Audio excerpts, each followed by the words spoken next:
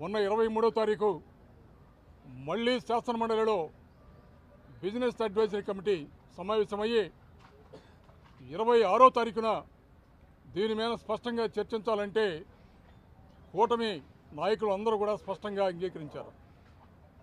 మళ్ళీ సభలోకి వచ్చిన తర్వాత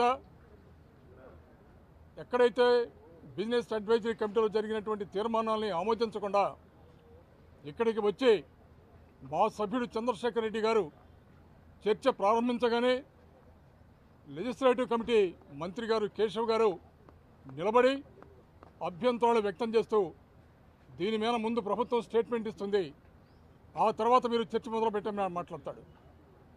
సభా సంప్రదాయాలకు విరుద్ధంగా బిజినెస్ అడ్వైజరీ కమిటీలో తీసుకున్నటువంటి నిర్ణయాలకు వ్యతిరేకంగా ఏ విధంగా వీళ్ళ కేశవ్ గారు మాట్లాడతారో సమాధానం చెప్పవలసినటువంటి బాధ్యత ఈ ప్రభుత్వానికి ఉంది. మళ్ళీ ఈరోజు అదే కార్యక్రమాన్ని కూడా చేశారు. ఇవాళ ఈ ప్రభుత్వాన్ని సూటిగాడు మాట్లాడుతున్నాం.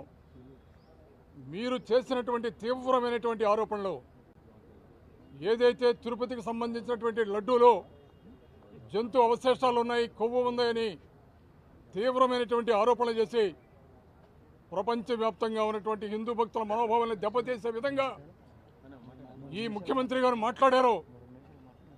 వాటిలో నిజానిజాలు బయటకు తీయాలని వాళ్ళ వైఎస్ఆర్ కాంగ్రెస్ పార్టీ ప్రయత్నం చేస్తుంటే హిందూపూర్ సంస్థకి, హెరిటేజ్ సంస్థకి, వైష్ణవి సంస్థకి ఉన్నటువంటి సంబంధాలు ఏమిటి?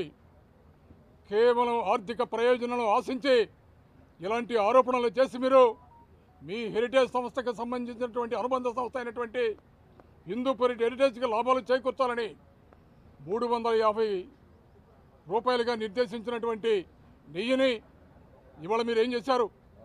హిందూపూర్కి 658 రూపాయలు నిర్ణయించి ఇవాళ సప్లై చేయడానికి సిద్ధమైపోయారు. ఎవరిది హిందూపూరు? హెరిటేజ్కి సంబంధించినటువంటి అనుబంధ సంస్థ, ఇందాపూర్కి సంబంధించినటువంటి అనుబంధ సంస్థ. దీన్ని బట్టి రాష్ట్ర ప్రజానీకం అర్థం చేసుకోవాలి.